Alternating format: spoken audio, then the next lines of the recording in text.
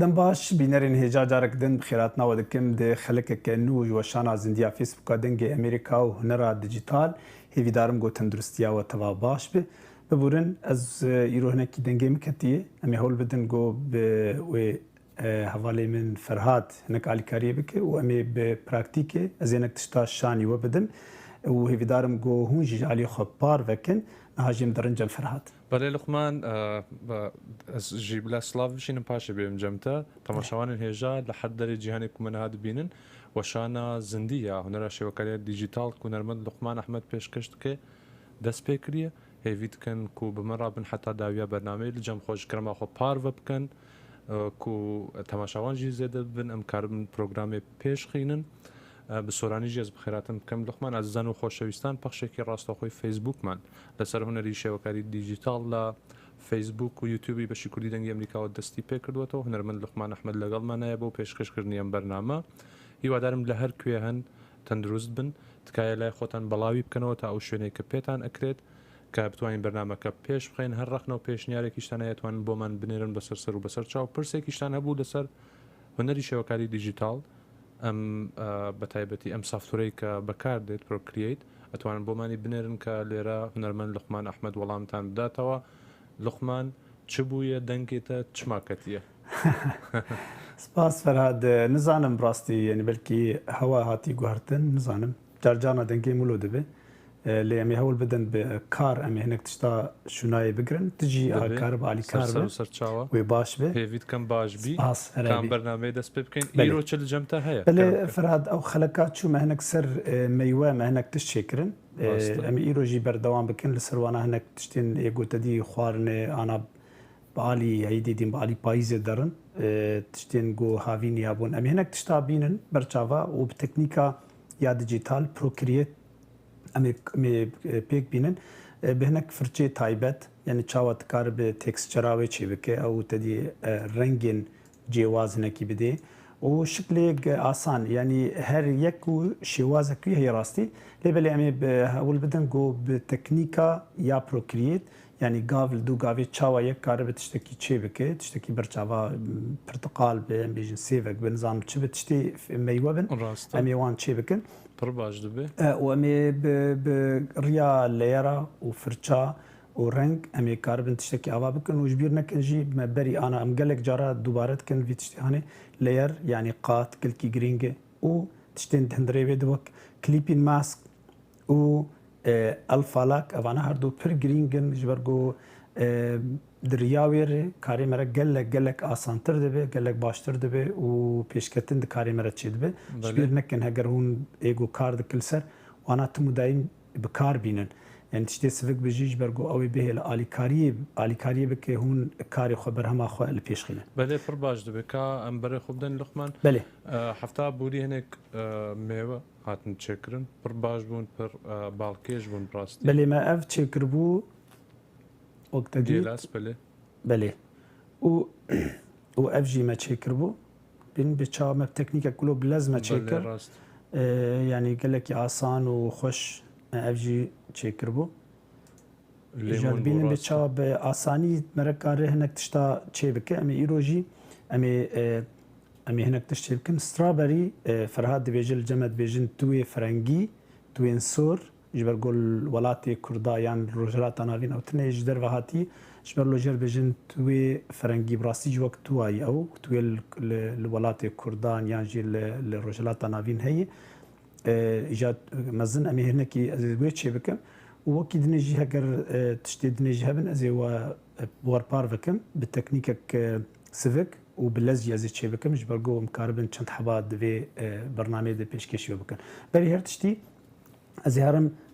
پەلاخۆ چێ بکەم پەلامە دوێ پەلک حاضر بۆ پرێمەگوتی باشترین تشت هەگەر هون کاربن 1300 بە 3000 پیکسل ژ بەرگۆ کوالیتیایە بچێکی بلند بێ ئەو ئالیکاریە دکە ڕاستی هەگەر کوالیتیوانەدا ڕاستە بەێ هەگەر داکەتی بێ ئەو ژ بۆ گۆ وەختێ گۆمەرە چاپ بکە یان ژیمەرە مەزم بکە وەندا دەبێ باشتر ئەv یەک لە گۆر تەجروبامە ئەv گەلکی باشە 1300 مێلێ خینن نەها درێژکایی ئەس تریا خودی نمەز بە قوپی نژبەر گۆ ئایپادامە بە پانیکی ئەزی هەولو بکەم و ئانا بوو پانیکی ما گوت شێوازەیە گۆم کار بینن فەرهاد ئەم کارن ji wêneyekê bînin yam ji karin ji xeyala xwe çê bikin yam karin sûretekê bînin vê de û trace bikin yanî wek jê kapiyekê bigirin û li çê bikin. Baş yani ser me re dimîne çawa riya baş be. Wextê got hişê me re baş li ser kar bike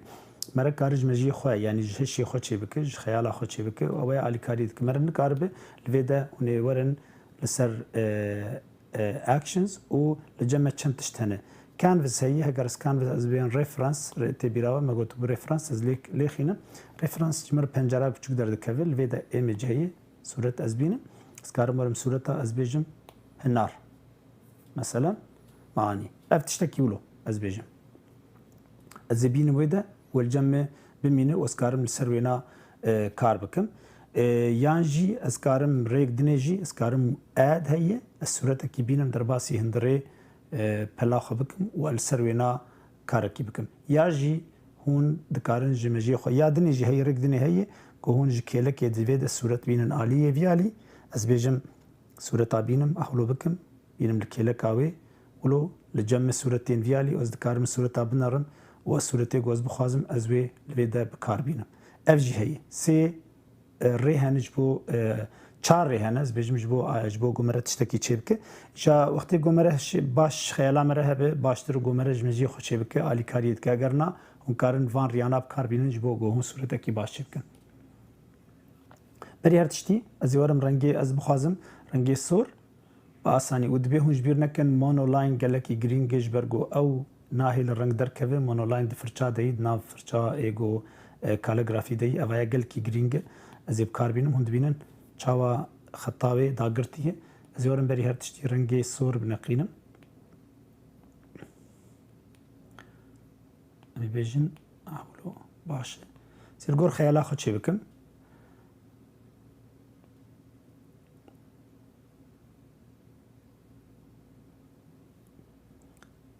Negelkî ez karim ana bine wilo çê bû negelkî tilên bi ez karim li ser kar bikim ez karim serraz bikim. Heger na carek dinê dubare bikim. Ew jî ez bawerim Luqman xweşbûnekî hunera dîjîtalê ku pir bi asanî yek tişta mirov karê serrast bike. Em karin simetrîk jî çê bikin Ferhat. Lê ew ji ber ku ew bi xwe nerastî hevdûye ne beramberî hevdûyî baştir ku hinekî xwar bi yanî piçekî ne wek hevdû bi xweşikbûnekê dê niha rengê xwe min dagirt û dî biçayê. Ciyê ku ez bixwazim dîsan ez karim li vê de hinekî firça xwe serraz bikim. Hewlo. Niha ez wê bigirim piçikekî bizîvirînim. Hewlo. Baş li bar dikim. Niha cem me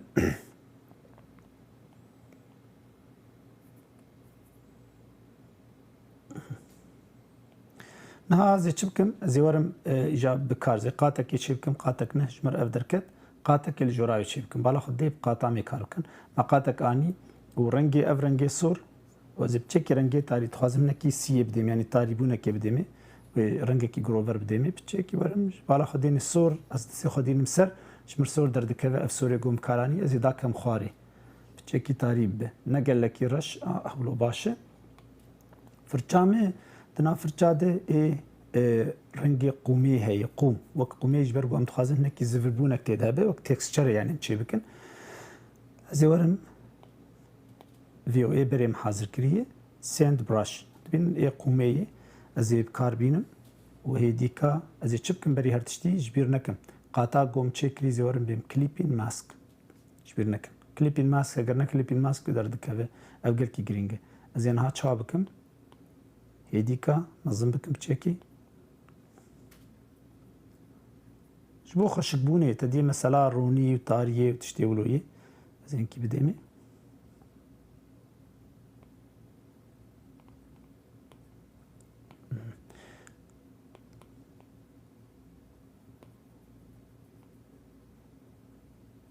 ji wertiyar dibe ez ana werim piçekî spî bikim kêleka wê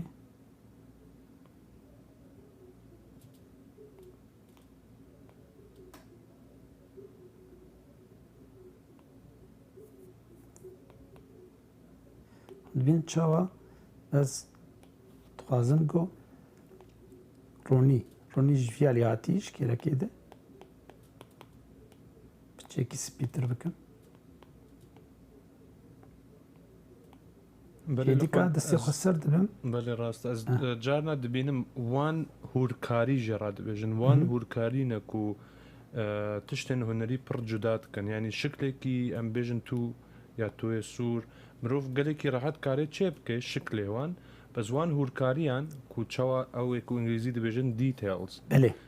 Ew in ku dîmenekî pir xweş û zindî dide. Rast ev gelek ji ber jî teknîka dijîtal min got teknîka dijîtal gelekî yanî alîkariyê dike. Heger veyana yek bi firçe çê bike yan bi desta çê bike gelek wext jê dixwe rastî dibînî bê çawa derdikeve hûrbîniyê hûn dibînin.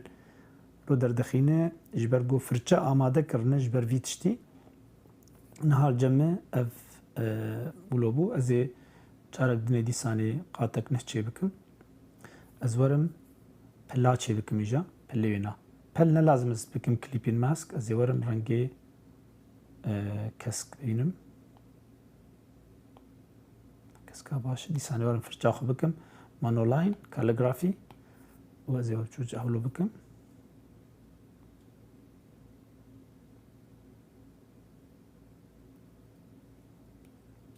Dagirt qatek din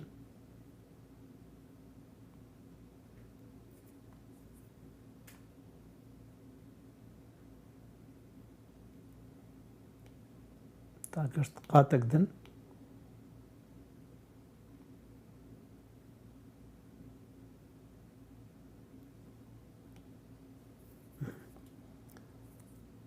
qeyeka dinê jî li ji ez çê bikim.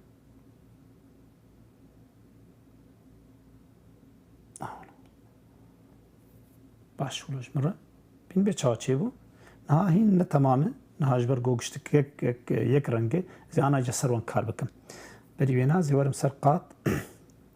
ez ê bînim binî klîpên maskra jî me hewleket binî de ez ê werim qata yekê yanî ya pilla yekê û ez ê rengê şaxê wê çê bikim tarî rengekî tarî firça xwe çûçik bikim.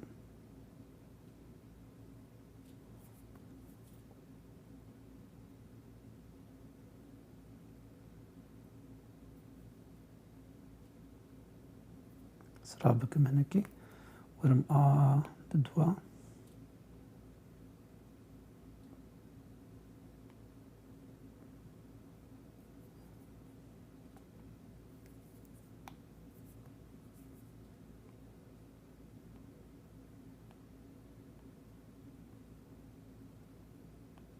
bîn ez wilo biçekî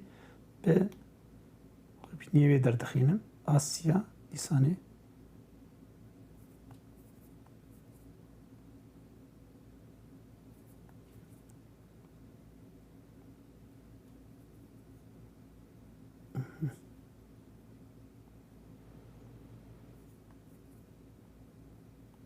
pêwîst nakan ez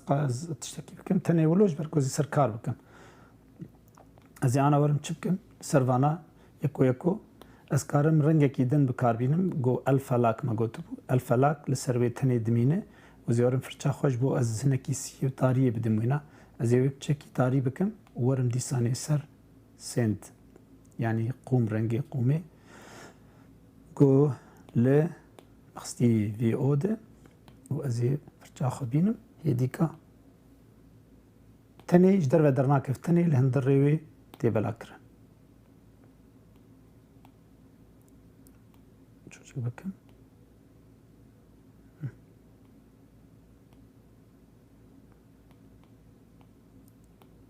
Hewlo ez çi bikim ez karim îja biçekî fekirîtir bikim. Ji bo ortê de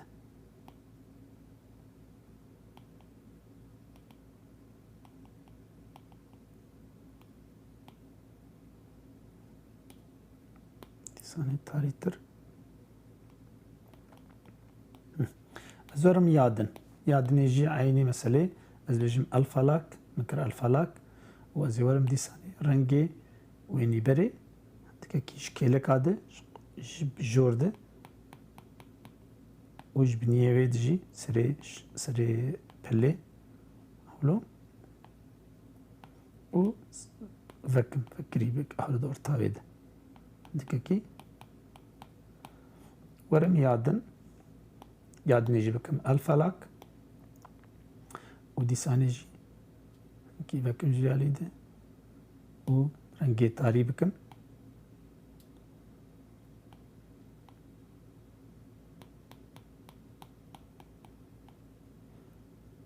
û werim ser ya siyah ew jî elfelak biçêkî tarî bikim û fekirî çora wê û xeta wê jî çê bikim pira qelema mor dîsanê firça mor ser kaligrafî biçêkî bikim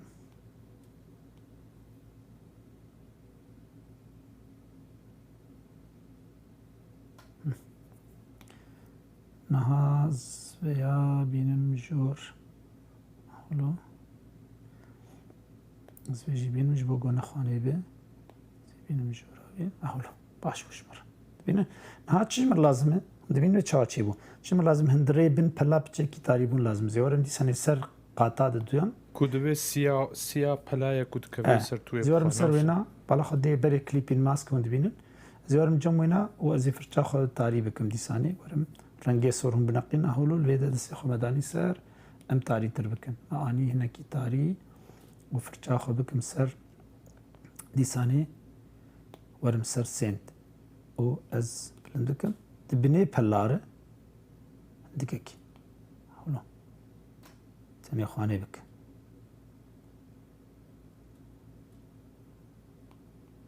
werim yadinê jî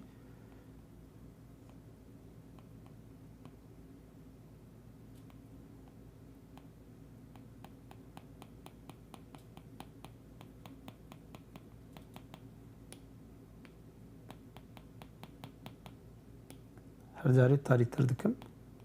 ji ber gojciyê kwîr tarîtir e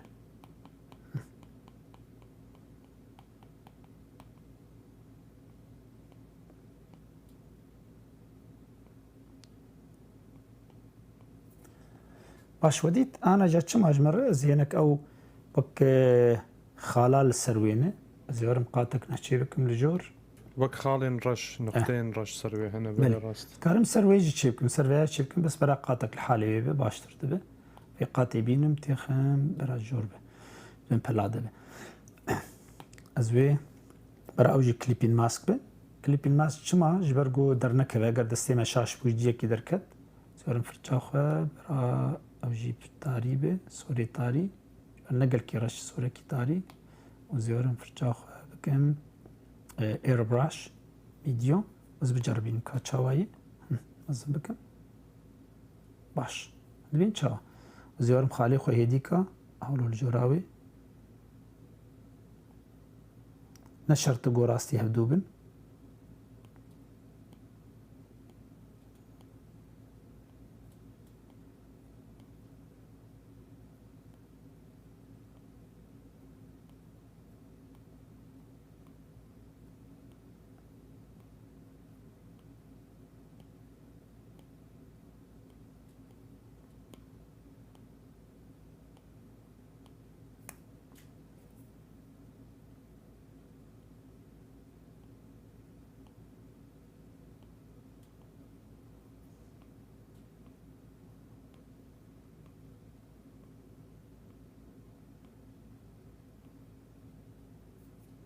سێدە چی بوون نەسیبێنە پیانە بچێکی دوور بکەم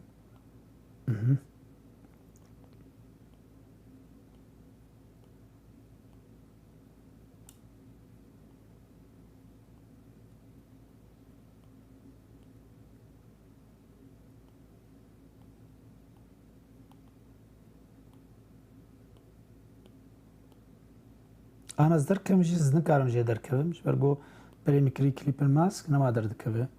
yani destê ez bixwazim derkevim ji vê de jî nema derdikeve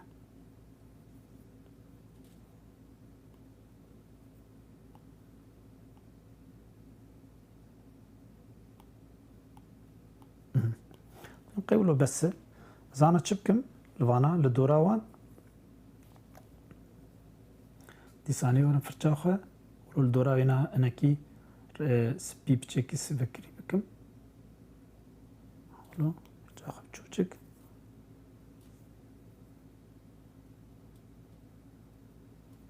فکریتر بکەم ئەوڵە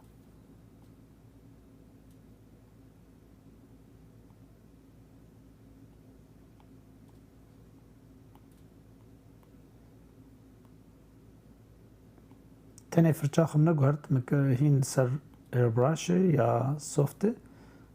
û hêdî kal kêleka wan tiştana ew xalana li kêleka wan hewz bi çekî lo derim û ez nuqotekê de ortê çê dikim.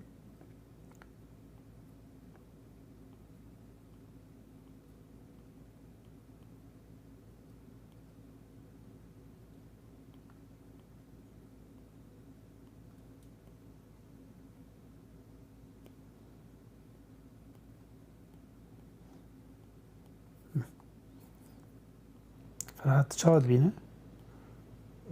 والله لقمان ez dibêm em gerek çareyekî bibînin herin piçekî bistînin dilê mirov dikeve zanî bi taybetî wê demê sal jî ya dema tû ye ne wisa ye Belê. her dem dema tû ye gerek Tedî bi çawa çêbû Ferhad yanî pawayekî bi lez me çêkir yanî me re kar gelekî serkar bike rastî ez wilo bêjim yanî êm ji bo got em wexta we hinkî wextê bidin we em wilo bi lez çê dikin got me re karî yanî bes ev teknîkana gelkî alîkarî dike wek hûn dibînin dê li got me re karî xwe bi zû bi lez çê bike.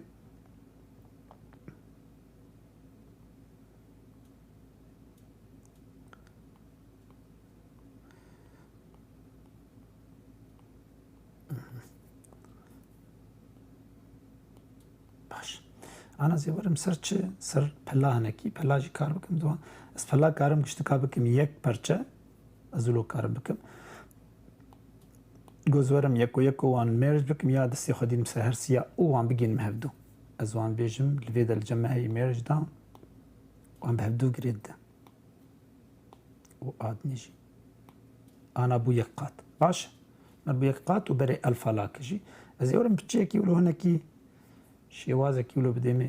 wilo berav renga be piçekî mesela rehniyê li kêleka wê firça xwe firça min hîn ew e hezm bikim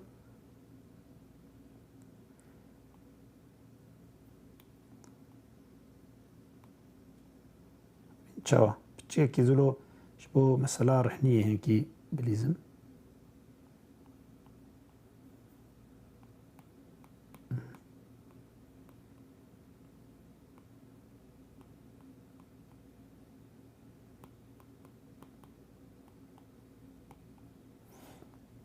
me xwedî bê çawa çêbû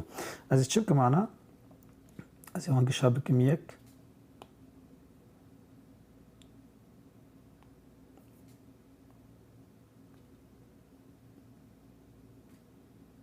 niha min kir yek qat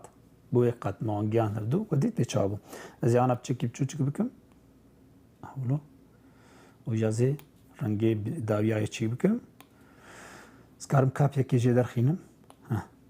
Duplicate ez veya bînim hewlo bikim bizîvirînim bînim hevê de biçûktir bikim piçikekî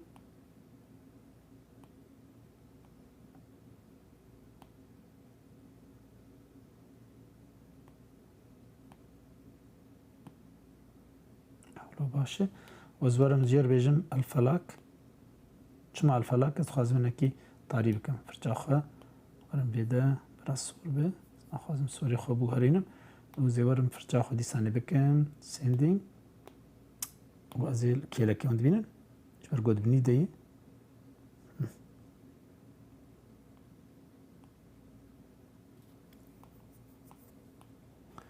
çawa çêbû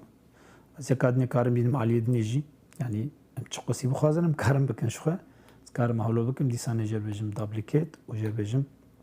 li vê de li binî heyî wextê got ez wê digirim li binî ji min derdikeve flip tu wê diqulipîne ez hewlo bikim û ez bikişînim bînim vê de bi asanî cem çêbû bala xwe dê me kir sê heb em karim bikin gelek wek hûn dixwazin çi qosî bixwazin baş tenê ji bo teknîkê min got ez rêwe bidim em veya jî rajênê ana biraqa ev jî nemîne ورن اف نمینه یا بنی نمینه سانا veya زورم خوازم قطعی داگرم رنگکی داری بکم رنگی برا بنارم بی اف رنگا باشه جورج برگولو چو زمینم بنی بچکی راسرتر به رو باشتره من ودی بچابو از دیسانی آنا کارم هنه کیلوش خل سرویاجی سروی قطعانی از ورم سندین دیسانی یا جی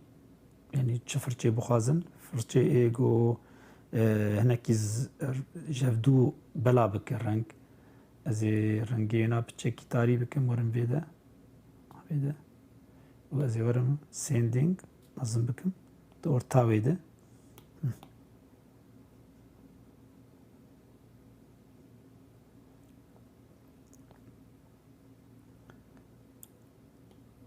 ورم چکی من زیانا چی بکم خواستم از هنه کلو تکسچرهای بگهرینم شو بولو تشتکی هنری سپی بکم چکی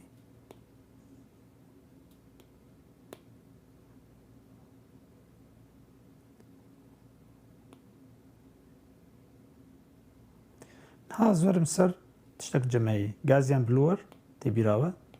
سيخلو بك ودي بيتشاود به شمر رنگ تكلي هفدود به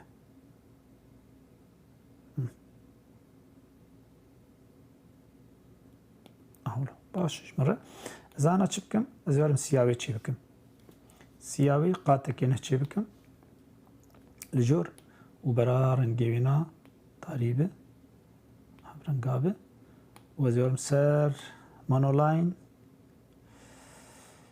calligraphy monoline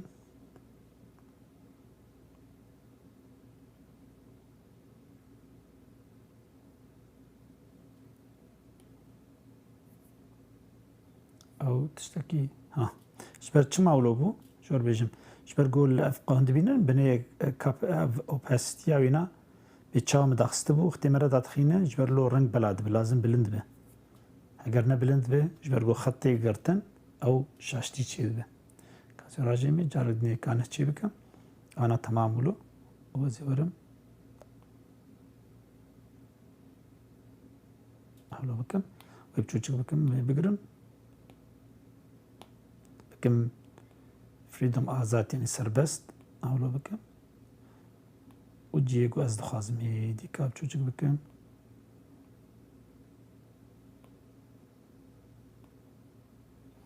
باشولو سوی داگرم رنگ قیبچکی باشول و زیورم چی بکم از الویده ورم گازیان بلور بین گازیان بلور آبای گازیان بلور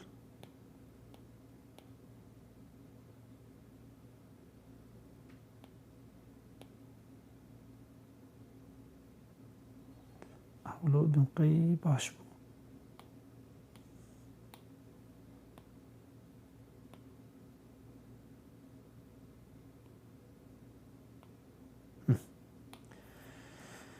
فرهاد دمقي او القضيه كان برخوش برامز بهولين بتشواي ام تخازن تايم لابس اوي جي بين لقمان تمام دمك وبساوي كلي معايا بله انقرش كرما خو تايم لابس وكي بر باج دبي بله دمكي كردا استبم تويكي سوريا تويكي لجمد بجن توي فرنگي ان توين بياني ام بيجن اوسا هات شكرن باواي كي خوش براستي و از دبینم لقمان يعني او جداهي او هوركاريك و چه دبن پر جدا دبه و پر خوش خويا دبه بله قالك سپاس پر باج بو او جمتا تشتكي دنها به پر باج دبه اما ورن يك ادن ما چبكن خوارنك افوكادو نزعم ما قرب ناس كربه بله افوكادو افوكادو الفيدا قال كي هي و دبيجن جي پر تندرسته افوكادو قال لك تشتكي باردكم ج مكسيكو ان هاتي ج امريكا باشور هاتي باردكم خوارنك فێکی مەیوەیەکی وەک مەیوەیەکی وەک سەبزیەکی نزانم لێ هەردوو ئالیژی تێدان هەردوو شێواز تێدانە و خەلکی حەز دەکەن گەلێکی تەندروستی بۆ تەندروستی پڕ باشە ئەمێ کاوێژی ji were şêwazekî çê bikin berî her tiştî ez ê me qata xwe çê kir û ez ê werim ser monolayên ji kilêna ewlî birismînim çekî mezin bikin firça xwe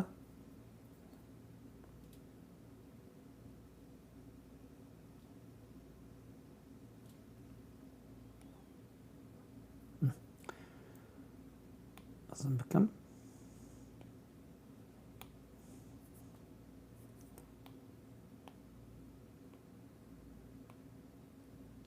باشه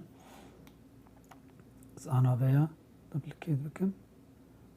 یا جی از ورم یکی رندری چک قاطع کنال جورای چک کن براولو به ورنگی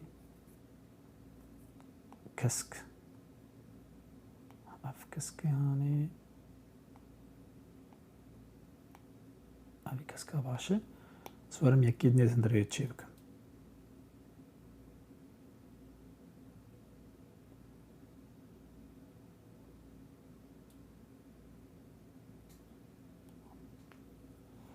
از چی بکم چیکیش بر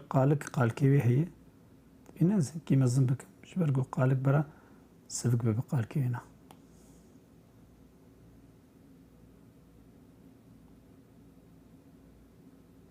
بخو قالکی گل کی زراوه بس برا قولو خانی بکش مره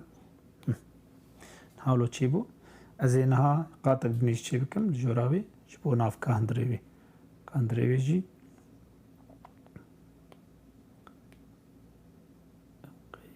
افرنگایی اوزی گروورکی چی بکم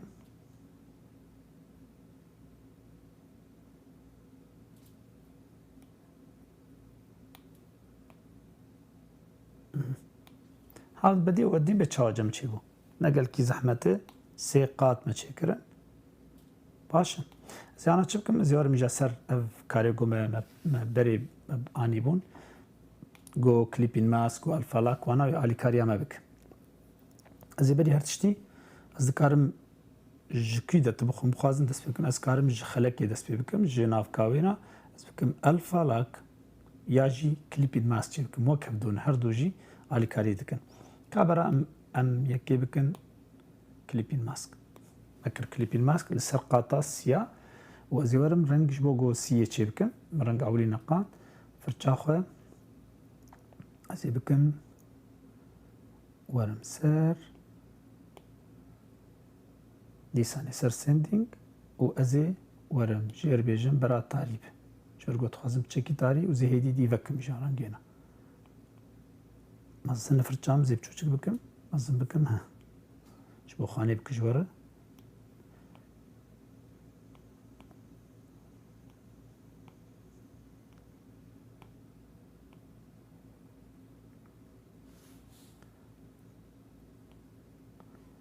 از رنگی خارجاری بگذاریم.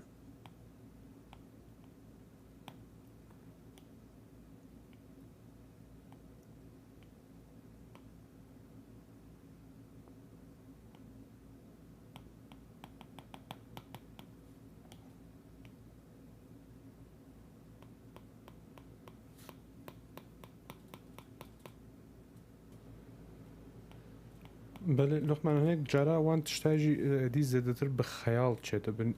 ام نبيجن تام خيال مروف جارنا او نخيال مروف راستيا ويجي دبيني حرو جانا مروف تاع هنا دي نابي خيال يعني تشتكي يكو بهزر تشيت بنو راست او براكتيك يعني زانا تشماز ناخذ صوره طوان البر ودينم اجبو جوز الي وبكم يعني مرة كار تشا تشي بك فرات يعني مرة خيالا خو بشغلين يعني اري مثلا بلكي جاره كي مرة باشتر نكفل يجبو دستي مرة فير ببه هگر مرة تمو دايم كابي بك او دمكي مرة قال كي البيش ناكف باشتر جو تايبت اف ديجيتال نوك سر كافالي نوك هنراء نورماله يعني قوم تشيكر مثلا زبيجم الفيدا برقاتك يك تشيكر ببورن از فرچا خبينم از الشتا اشتر بها بيشن فراد بي چاي مثلا ما اني دستيمه ندرس دركت اولو چيبو تماس راست از بله. جارك دني از هول بدم از راكم هم بدت اليوخه مراكر شو بله جارك راست. دني باشتر بو نكت سرين جارك دن ولو في رنگی دسته مرا تعلمه فیر دبه او پراکتیس کل کی گرینگش بو وی هنری کو مرا کار دسته خو هر جار جبر لو از بجم امنه کی سر کار دکن ولو وی شوازی گو ام کاربن رنگ کی خوشک بدینه او چاوا کاربن خل پیش خینه جیج بو روجيتي ها ما اوت بين ما ويا اوكر خلا بداويها تقريبا ام بيجن هي ناجي اسكار هناك تشديد نيجي لزي دبكم لور تايب تشيك سبي این چاچی بو ها گروفرام دیار بو بس هی ناجی درو بری به نه حاضر از یور معنا سر قاطا اد دوا گو ناو هندری وی از یورم گوشتی وی تشدید مرد خو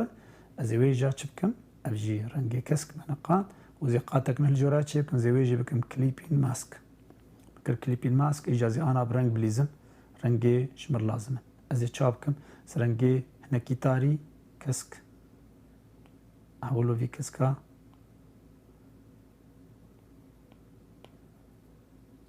از تکلی هفدو بکم اولو و زیورم چکی تاری تر بکم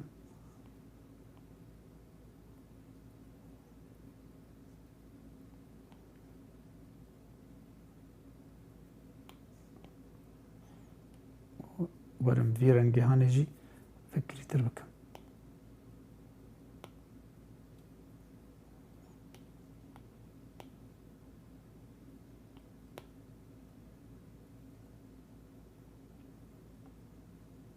هذا فرشة خو بقرينم برانا باب تشكي زلو او بكم زي فرشة بكم يكادن جبوغو ازنك رنگيدن بديمي لبالي از برا خلاص بكم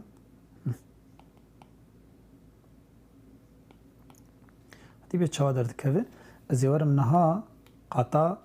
قالك قاشل كيونا وازي ويجي بكم يكيل جور چي بكم وازي ويجي اولو تخاز منك تكستشر يجي بدمينا برا تاريبه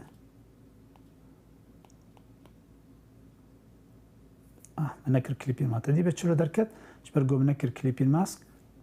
مجبير اكر ازي بكم كليبين ماسك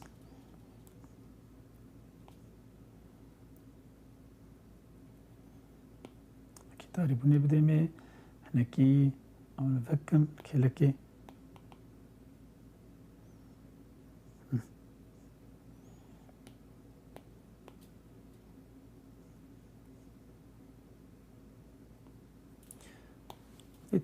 كازورم زانا فرشاخ بقرينم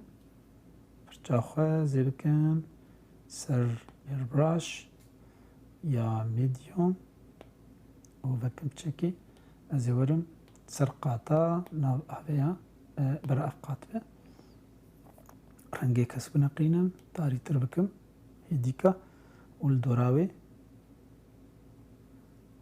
اهول دوراوي نا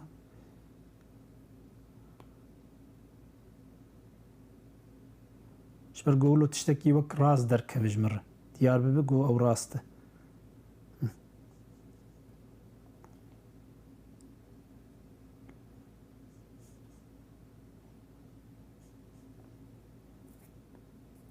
الدورة انا هيدي كاولو دتشم واز دي ثاني ورم رنگي فكري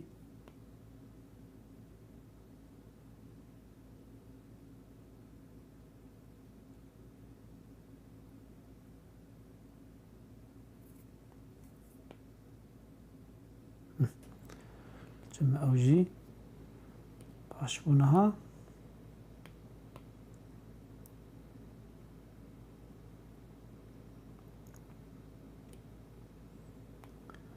اس بي فرجا خب چوچك بكم كيلكاوي تندر ريبيده هنا كلو خط كان شي بكم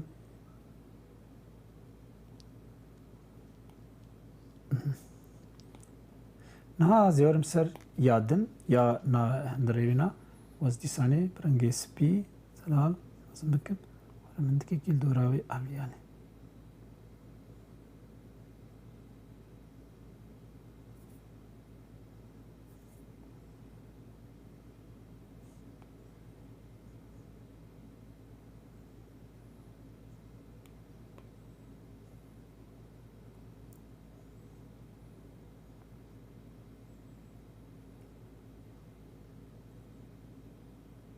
بله حتىش پرخۆش خویا دەبێ ئەس مەزنجی بکەم و باشتر خویا بله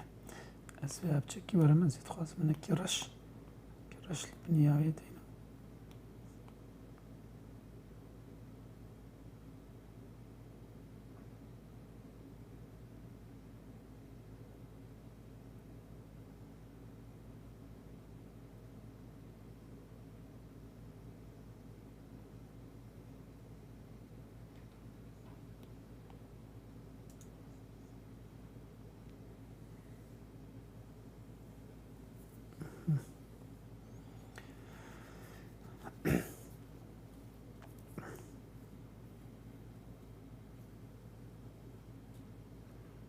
بله پر باڵکێش پرخۆش مرۆڤ أنا ورم سر قالك جي بچكي وقالك يجي رنجي سبي هناكي أولو يدي قالوا الجور كيلكاوي هناك آلي مثلا رني ما دستي خب ديمي نقلكي وأزانا ورم سر قاتك لقاتا بيا قاتك يتشبكم ويبين بني في قاتي از چبکم از رنگ کی دا بدمه رنگ چباش جیره کالا منارن اگر رنگی شین باش به رنگ شین باشه رنگ شیجر داگر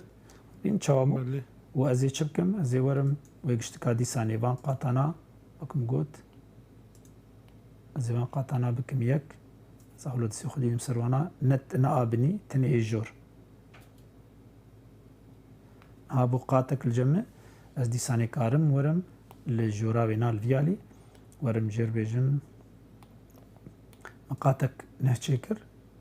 ويا بينم جور وزي تشبكم زي سياوي تشبكم از كارم احلو فرشاخ بكم مونولاين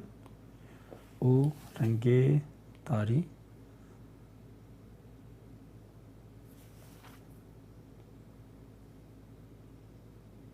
خدي نمسر مداقرت ورمسر غازيان بلور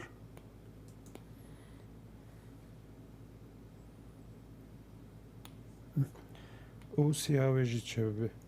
وأزي أري أمي تشبكن أمي برا سور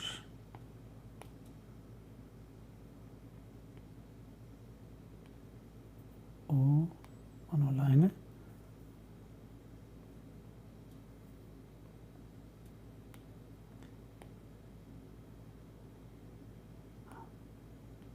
كده تشبكم قاتكنا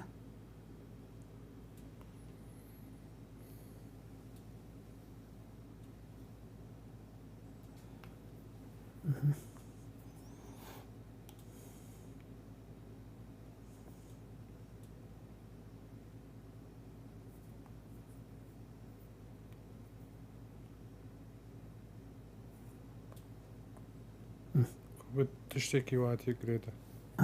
بله فاتي جريدا بجورفي دال حتي دال ڕاستی دڵخۆشکەرەوە خۆم تایم لەپ بله. ساوێژی ببینن ئیرۆ پڕوەستیای دەنگێ تێژی باش دەرنەدەکەت ئەس ناخوازم ژوێ زێدەتر بۆستی